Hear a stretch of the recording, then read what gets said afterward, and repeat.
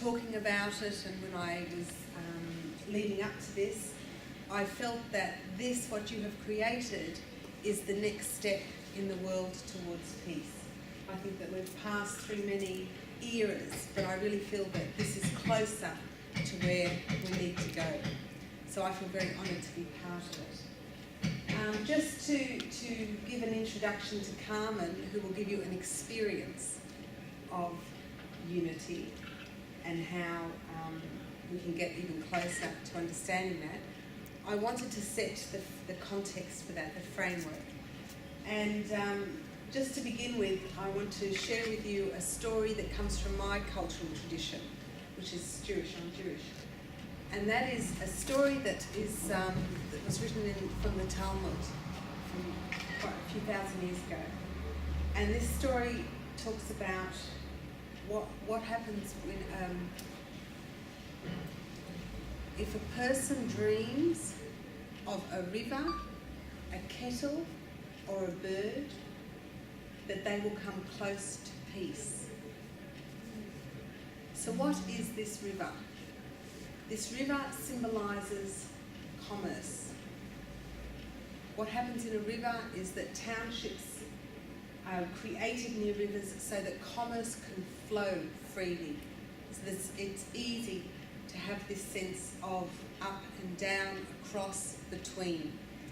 And a river also symbolises the flow of a river. So that's the first stage of being able to come close to peace, a sense of trading. And the second is a kettle. So what is a kettle? A kettle is a metal conductor. A metal conductor where you put in water, but it's heated with fire. So fire and water, normally when they are put together, they put each other out. They can't coexist together. But with the use of a kettle, they can actually create something that's even more useful. Boiled water, soup. So this sense of a kettle is a sense of transformation. And with transformation, we can come closer to peace. And the third one is something that's already been alluded to this morning. And this is the bird.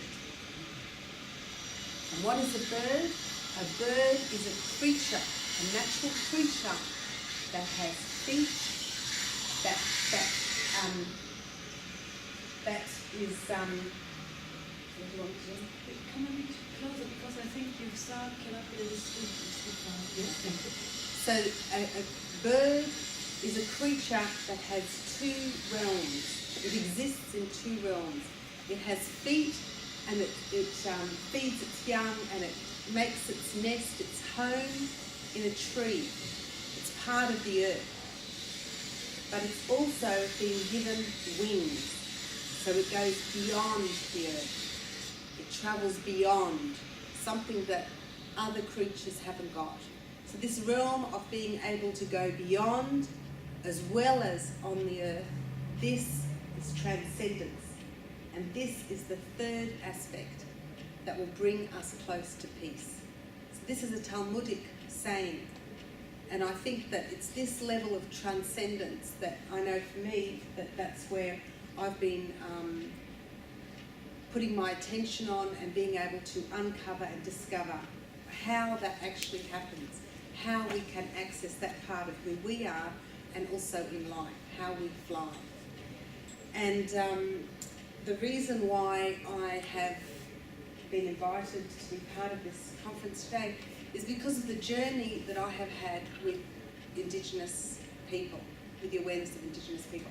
And I suppose that journey truly starts 30 years ago when I lived in a small community in an Indigenous surrounding, and I actually lived as a family member in that space.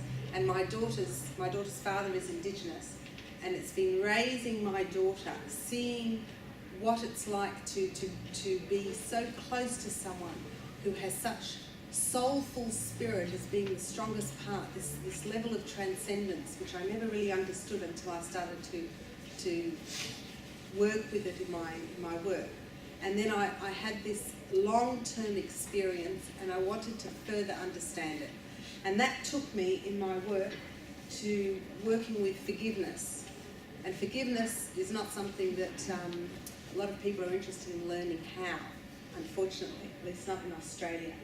However, in Hawaii, there is a very strong forgiveness project that's been in operation now for a few years. And I was part of that in 2009. And it was at that time I met Kawila Clark. Now I want to introduce you to Kawila Clark. I have a very short video presentation of him. And I want to start with that and then bring you into... One of the things that ties all of the stories together is aloha today. And so, you know, one of the things in aloha is that Hawaiians really didn't believe in peace, the Western concept. No, I'm saying of move peace, so people can see. because they believed everything was in conflict. The wind and the trees, the ocean and the shore, it's all in conflict. So what are we given to address that conflict? But respect and honor, because Keakua has created these things so that we can live in opposition, so that we will grow and learn how to be. And so with that, you know, I describe aloha as a presence which can't be seen, touched, or heard, but expressed from the center of one's being to all of creation. Knowing the unknowable, expressing the universal, it is found in all things and is the connection of all things. It is known as aloha. So, I have, in Australia, I have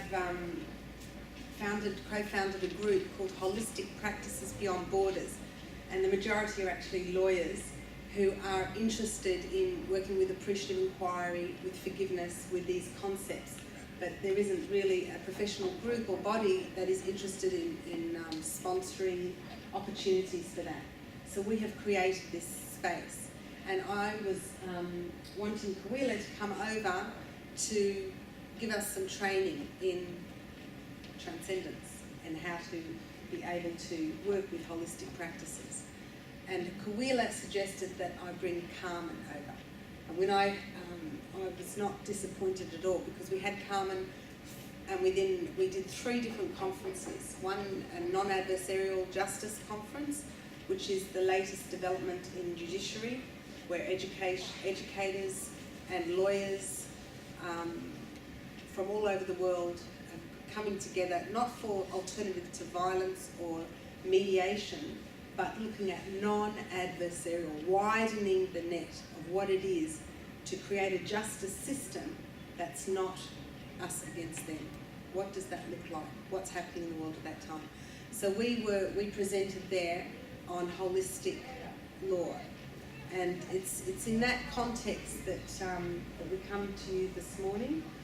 I just also want to bring your attention, if you're interested,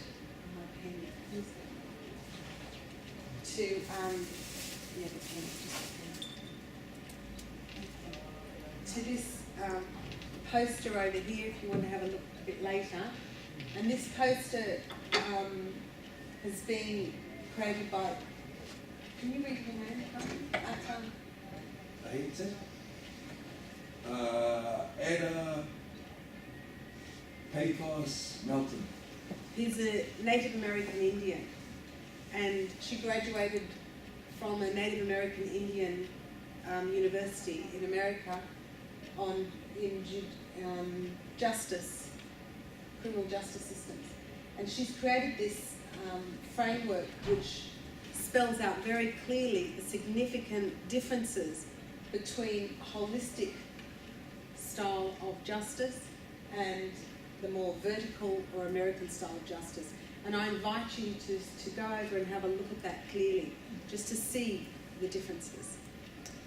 Okay, so I would now like to introduce Carmen Heteraka, and if you have, I've got 4 books, if anybody's interested, that I have recently published, and Carmen's, the essence of his work in incarceration, Indigenous working with people in incarceration, there's a chapter on this. So if anybody's interested further than that, I would like to introduce Carmen Hetero.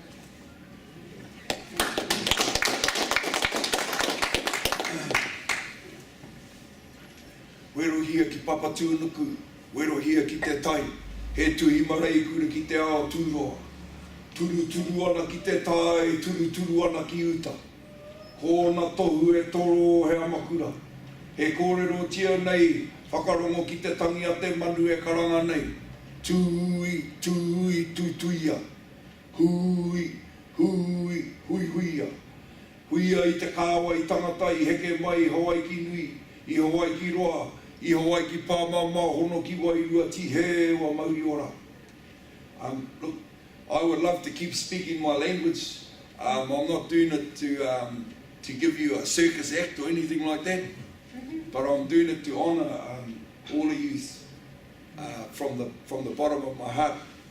I'm actually replying to the welcome that was given to us this morning. And if you noticed in that welcome, the technology never picked up the sound, but they had a backup, eh? You had a bit of a backup, so you got it. But to us in the work that we're doing, we believe that that's what happens with our culture, because everybody has culture. But what I just stated there was actually the words of our prophets. And you know, you can draw in your own mind what you think a prophet is, because that'll bring up religion. But what was stated by Huata this morning was prophecy. He gave prophecy that our ancestors brought from what we believe, we call it the Kudawaka, where our first parents were created. And knowledge was brought from 3 degrees of distance, from the east and further east, 3 different, we'd call the whole of the Pacific. We call Te Moana Nui a Kiwa, Hawaii Nui. Hawaii ki Roa goes back into the Americas. And Hawaii ki Pāmama goes back to the Holy Land. That's what my people have always believed since I te taitanga mai o tau, since foreigners have come here. But the knowledge there goes back to the period of time that our ancestors, our first parents, were created by the hand of God from a place called the Kurawaka, which is a valley of red clay. And I'm not a theologian, I'm not a minister of any particular faith, but I'm here to share with you the things that motivate our people and that can bring them back from the conflict that they're within when they're incarcerated. And that's how I got to meet Michelle. She actually forgot part of her spiel that she was meant to give today. But I was on a pilot program over in Hawaii for 6 years. I sit on a council that's called Healing Our Spirit Worldwide, Indigenous Council around addictions. And that was, the last conference was held in Oahu in Hawaii last September. Prior to that, there was a conference in 2006 in Edmonton, Alberta, and there was one before that in 2002 in New Mexico. Well, I sat on the cultural advisory for the New Mexico conference, and at that conference, a friend of mine who works with incarcerated Native people, we presented there. So we were invited to present our cultural intervention, spiritual intervention, and we were invited to present that in Edmonton. And from Edmonton, the Office of Hawaiian Affairs, Papaola Lokai, which is a health, 5 Island Health, they invited us to be part of a pilot program in Hawaii, in the prisons in Hawaii. So they share the same stats as us. We share a lot of things in common, same as the First Nations people in Australia, Tasmania, places like that. But one thing that we share that people don't acknowledge is our genealogy, because we believe that we come from those bloodlines that have come through the Pacific on that trail that I just mentioned. But the dialogue that I gave you when I stood up was speaking of a great ancestor whose name's Tane Atua. He was chosen by God. That's his name. There's a place in a place called Whakatane, in the middle of the island, of the North Island, called Tane Atua. In Hawaii, there's a place called Kaneaku. It's the same place. We say it a little different. But the story that I gave was that he, through the power of God, caused the land and the sea to separate a pathway for our people to walk through. These stories are pre-European.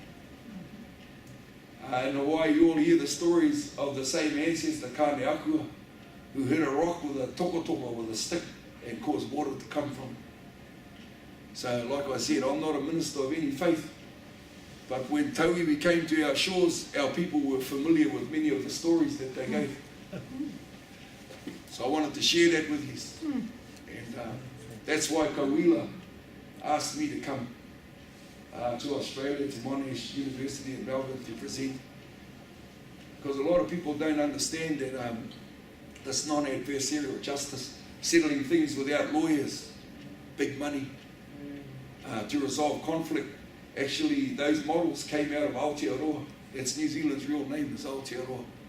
They came out of here through a High Court judge who was Māori, Judge Mick Brown. And what happened was they set up what they call family group conferencing, where you took things from out of court back to your traditional ways of trying them in front of your people.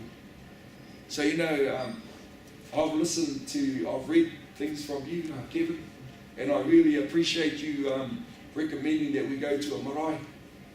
And, you know, like, we get asked to go to conferences all over the place, but I just wanted to say that I'm grateful to the Spirit of our Creator for working with all of you. And we say ohuake in Māori, to awaken that fire in you to do the right thing. Because, you know, you mentioned this thing about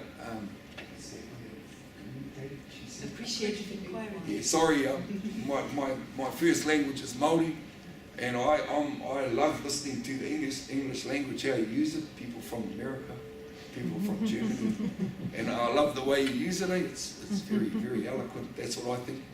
But that what you are talking about, a way of coming together to bring the best out of everybody. We can show you how our ancestors did it, and we believe we brought it from the Kurawaka. We brought it from the place where our first parents, because they went through conflict themselves. We have the stories, we have the chants of the first conflict that the law that they broke, and they were actually sent to the east of that place. That's why the elder today, he said, Tawhiti nui, tawhiti roa, tawhiti pāmama. Tawhiti is to the east, because our first parents broke a law, but they were given a process that we'd be able to be forgiven. And that's why I said, Kauila asked me to come and represent, because our genealogies are the same. So what I wanted to do, I think it's an inspired program that you're all part of. And because I really believe this, mā te wairua, by the Spirit, everything's coming together. So the second part of this social discourse I gave you in my language was actually saying, it was acknowledging a great being before. We referred to him as a bird, because like she was saying, a bird's transient. When you go to our marae, you'll see that, I'll show you that it's actually got wings on it. And it'll show you that it's showing that that's God. We show him like that, and there's an ancestor that's been carried on his back. And he's actually brought our ancestor here and given us this land as a land of inheritance for us. With that inheritance comes a lot of responsibility. And that is about manakitanga, that's what we call it in our language. Manakitanga, yous are all called tangata, people. But ta is tapu, sacred, and ngā is the plural. So what it's saying at the end, tangata means from greatness to even greater greatness. That's our potential. So it acknowledges in that social discourse, in our language, it acknowledges this great being that united us in the heavens. We were given this a kaupapa, a plan that we receive kiko kiko. Kino, they call it in Hawaii. Kino is flesh to house the spirit. So what this is all about for us when you're resolving conflict is that you suffer 2 deaths. And I heard you say that before. I listened to what all of you have said, and I'm happy because sometimes I believe I go to a lot of hui gatherings and I'm at the wrong place. But I really feel I'm at the right place here. And that's one thing we can't sidestep, is death. Because in our culture you suffer two deaths. You stand if you don't listen, you stand to suffer two deaths. One's the death of the physical, and the other one's the death of the spirit. Now, when our elder gave his introduction today and welcomed us, and it never got recorded, I was happy. I was actually happy. Michelle doesn't know where the heck I was coming from with saying that, but I said to her that that's the problem that we're faced, and that's the dilemma that we're in, is that some of us listen to the Spirit, and many of us don't listen to the Spirit. Because to us, all of these things that we teach are based on principles of truth.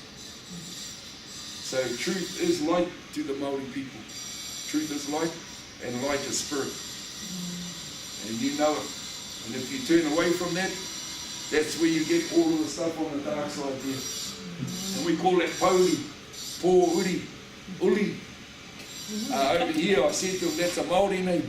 It means prodigy, that you're a descendant. And then what we call the Māori is the intelligence that every man has in his mind. Every man and woman has intelligence from atua, from God. And so when you hear things of truth, it'll resonate with you. But it's up to you, because you have the kiko, the kino. The Hawaiians call the kiko the flesh, kino, because the flesh and the desires of the flesh are evil. That's why they call it kino. The Samoans call it tino. And in our culture, we call true, to overcome all conflict, we call tino rangatiratanga. People think now that that's about us Māori overthrowing the government and taking control of the government, but it's not. Tino rangatiratanga is taking control of yourself and overcoming the desires and the wants of the flesh, because that's what this whole thing is about, resolving conflict. So to talk about conflict, non-adversarial justice, passive resistance, and non-violent action, you've come to the right place. You've come to Aotearoa, and I wanted to give you a history while you're here that many people don't get to hear when they come to our country, because they'll open the history books that have been written by tauiwi, foreigners, but they don't listen to our history. So I'm going to give you the story of our people from here. This is Parihaka. Parihaka here was a place set up, and it's in Taranaki. There's a big mountain in the middle of the North Island. And what happened there, our people, like most people that are colonised, we assimilated. We were assimilated, culture, religion, you name it. But what happened here, our people actually were really good with assimilation. Compared to a lot of indigenous people, they say that we've assimilated really well, which to us is not really a great thing to put your hand up. But nonetheless, at this period of time, you're looking around the 1860s. Our people were in control of most of the coastal shipping. The banks that were in New Zealand, our people were right at the helm of banking. The flour industry and trade was pretty much dominated by our chiefs at that time. But 1840, a treaty was signed between the settlement government, being from England, and my people. And it was signed in the north where I come from. My direct ancestor signed the treaty for my tribe.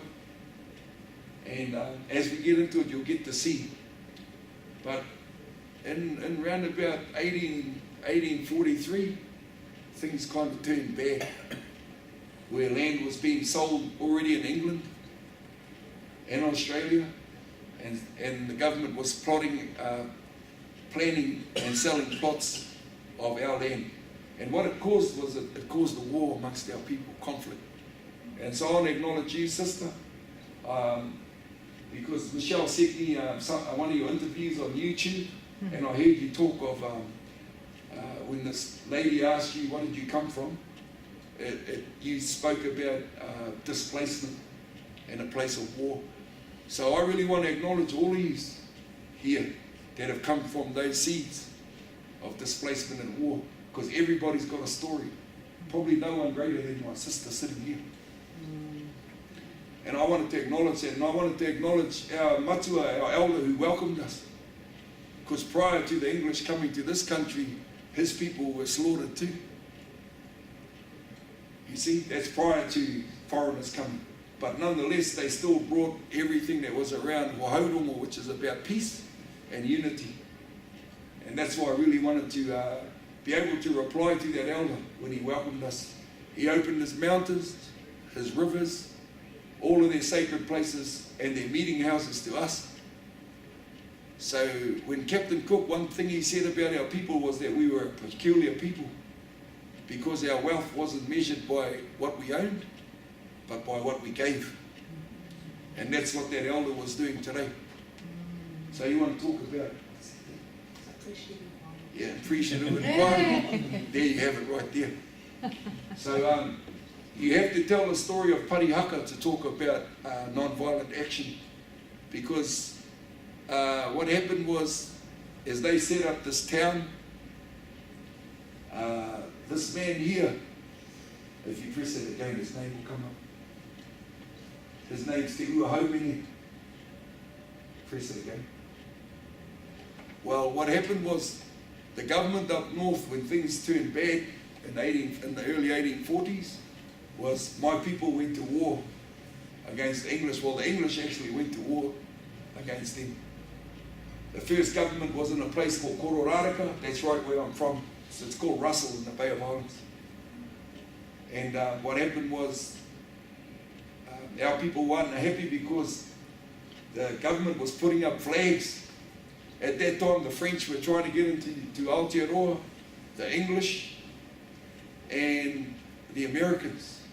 Believe it or not, one of my ancestors really loved the Americans. But it was all to do with trade. So anyway, they ended up in some pretty serious conflict. But in this conflict, 3 battles came out of that conflict. 114 English soldiers were killed in their last encounter in the north. But what our people did was they went back to a traditional system to keep everybody safe. So they went back to a fortified village.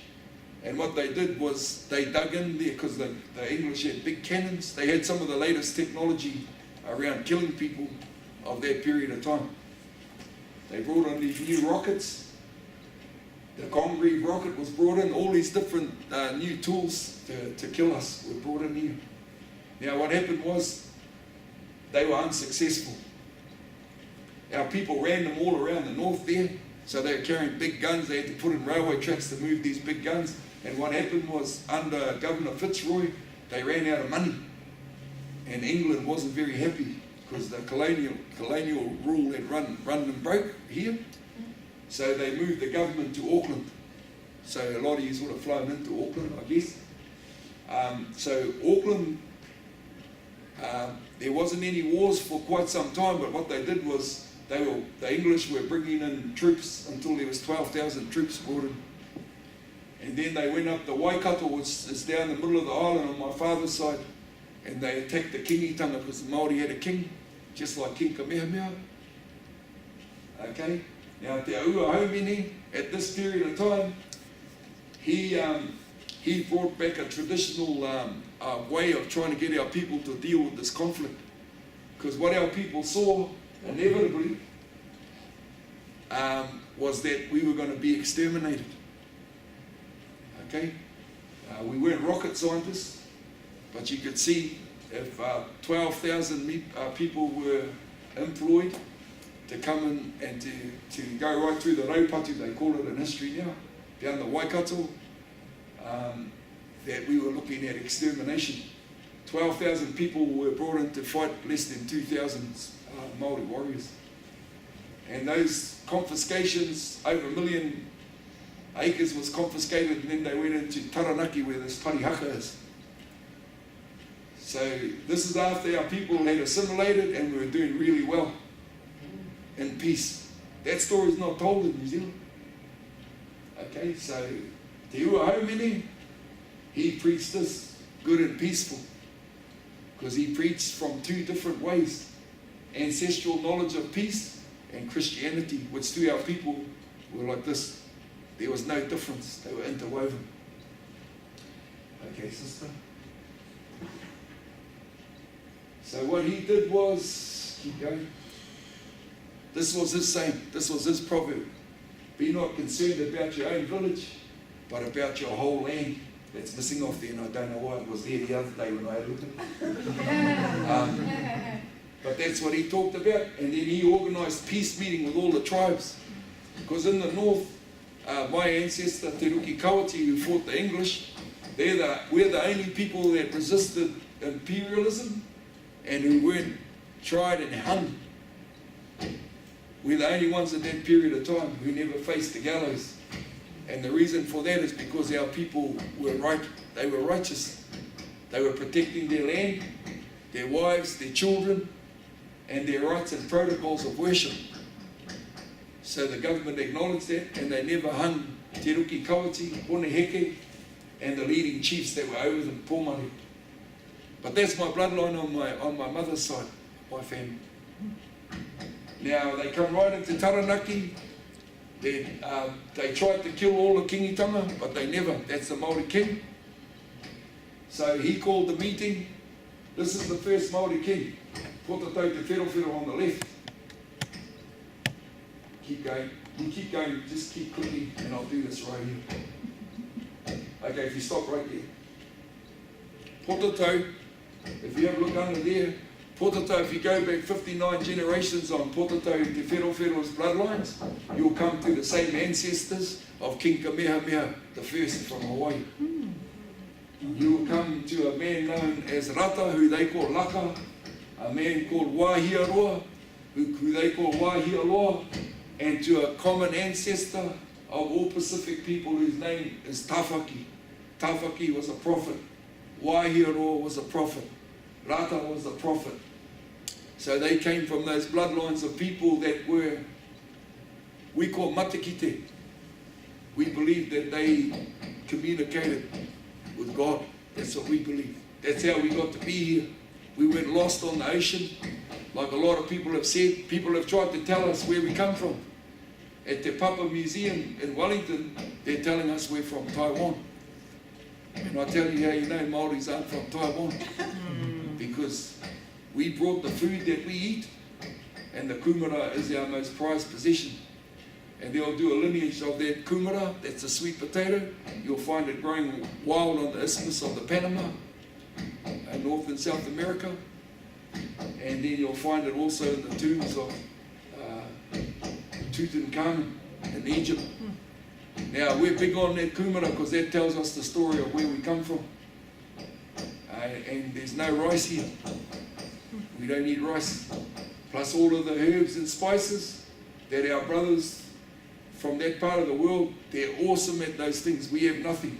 We didn't even have salt, except sea salt. Okay? So that's for all of the clever people, but still no one listens to our lineage. So what I'm saying here is this, if you could read what's there, it says, this is what Potatau taught to his son. This is the Māori king here on the right here, Tawhiao. His name when he was at birth was Tūkaroto, which means to stand and to represent within, like a group like this. So that's a real noble name for use that are trying to publish peace, use that are pushing peace and all of these things. Tūkaroto means to be bold and to stand within. Okay? Matutaira, he took on a name from the Bible because he went to Te Ua Haumene, the guy I just showed you, and Te Ua Haumene told him that maybe we needed to lean to the English beliefs on how you're forgiven from doing things wrong. So he actually went down to Te Ua Haumene and was baptized by a Christian. Okay? And then he took on the name Methuselah from the Bible. If you go through the Pacific, nearly every king at that period of time, Tupou the first from Tonga, King Kamehameha himself, Malietoa Vainupo from Samoa, all of them were baptized Christians because, I tell you, people look at it now and they'll say, oh, you were colonized by those faiths. But I'll share with you now that the principles and teachings and values that came from those faiths, from the Old Testament and New Testament were familiar to my people. And that's what we're saying here. So his last name, Tawhiao, was to encircle the world. So this is just a bit of a story about that. If you go to the next part, keep going. Oh, yeah. Now what Tawhiao taught, after the invasion of his people, he had a lot of bad feelings towards the English. Okay? So what he taught his people was to carry that grievance of being, raupatu means literally that you're smacked over, you're conquered. And many people struggle dealing with that thought in their mind. And when we talk about humiliation, that's what comes out of that. Feeling like you've been oppressed, you're weak, you're nothing. Okay, and he told his people that the teachings from our old culture wouldn't go past the time of his grandchildren, and he was dead right, because of the power, the colonial power. But nonetheless, he said, still, I will build my own house out of the ancient materials. So in here it talks about building his house out of mahoi, patate, and hino, which are all medicines. But every medicine in our culture has a symbol to go with it. The ceiling of his house would be made out of the ringaringa. The ringaringa represents a peaceful warrior. It's a design that's in the meeting house. I'll show it to you when we go there in a couple of days. But it shows that all of us will be pounded and smashed. We will go through trials and tribulations. All the designs in the marae, but they're all consecrated for our benefit, to give us experience, to teach us humility. Now these are the teachings from my culture, but that's what we were taught before missionaries came to us. So go to the next one.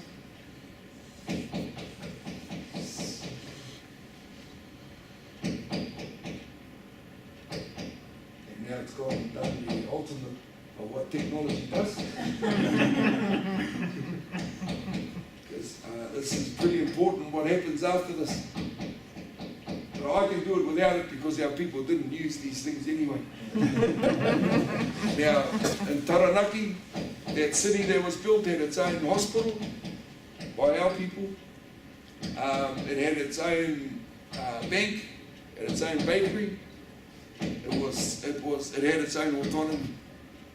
They were industrious there. But what happened was the Crown came and burned all of their crops.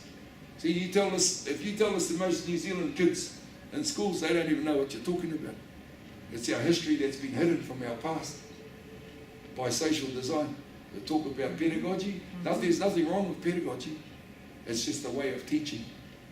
But what I've learned from learned people that we are oral people. So I'll give you an oral account. Bro, are you able to rescue that thing there, bro? Because there's some important stuff on it. She's working on it. Oh, yeah. Pariaka. Yeah. That's Pariaka. Yeah, that's it. Yeah. Okay, so what happens with that is the government came in, started burning the crops and that. And that city there, the leaders went to war against the Crown. Te Ua Haumene's descendant's name was Titoko Waru. He was a minister, but he opposed the Crown because he felt that they were, he was under the Methodist beliefs, but he still believed that the government was practicing unrighteous dominion on him. So they arose and fought against the English down there, Titoko Waru's war. And if you have a look at they were outnumbered, but they actually won that war as well. Because what we believe is that sometimes we're here about peace, but sometimes you have to stand up for what's right. And if you're right, we believe that atua, God blesses you if your battle is a righteous battle. Now that's the thing that the world's faced with. Everybody wants to have the mandate on what a righteous battle is. Right? But I can share with you now that our people have been resilient with that whole process. So what happened there, the city was actually reduced to almost to nothing. They brought in laws to, these laws were brought in to dispossess us, so they called it, they said that if there was land that was undeveloped, that the government would confiscate it. So what our people did was, the leadership, they organised everybody together and they irrigated the land and they put up fences right through this land in a matter of 2 weeks. You're talking about thousands of hectares. But they did it and the government still came in and took their land. And it's important that this hui's held here in Dunedin. Dunedin's real name is Otepoti. It's its real name. But you know, I spoke about Titoko Waru opposing the crown, the rule. Still, their descendants were of peace. Their names were Te Whiti o Rongomai. Can we just have a short break while Evelyn gets a backup on screen? Okay. Is that all right? I don't want to stop you. If you want to stop shortly, maybe. But we'll Oh, because you wanted to record it? well, it's recording here, but we want you to get your screen up. Oh, okay. Yeah, we want to get your slides up, so, Yeah, well, see... Is that all right? is that all right? Yeah, but see, it's perfectly all right with me because this still highlights what I was talking about. Yeah. When, you know, because what our people believe is when we talk about spiritual things and we bring them into this world of technology and everything, that they don't fit. But I tell you what, Your voice is strong enough. yeah, but I wanted to say, that the ultimate of what we're doing coming to fruition is for all of that stuff to come together. Because there's no reason why Western social science and our cultural beliefs should sit in isolation from each other. And that's the secret. That we pull them all of those intelligences in together, then we know that we got it. Okay? Yeah, holistic. Holistic. But you know, I'll keep telling the story anyway. Eh? Great. But it'd be really good if you saw the slides of exactly what happened, because many prisoners were brought. Te Whiti o Rongomai, they were great leaders, and Tohu Kākahi were brought from that place of peace. They preached Pai Māori, peace and goodness, and they were brought down to here. Many of their people were brought down here to build the infrastructure of Dunedin. Take you to a place here where they were incarcerated. They dug out holes in the sides of the cliffs, and our people were put in there like dogs.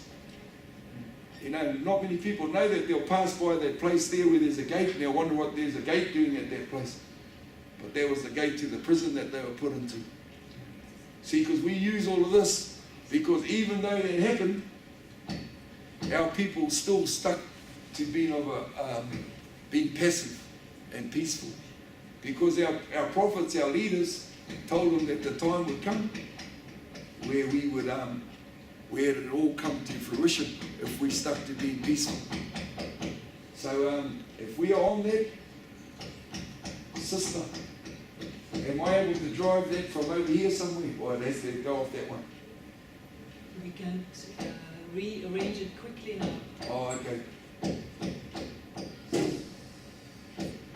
Yeah, because it'd be really good if we did have it, because it's actually got the dates of everything happening.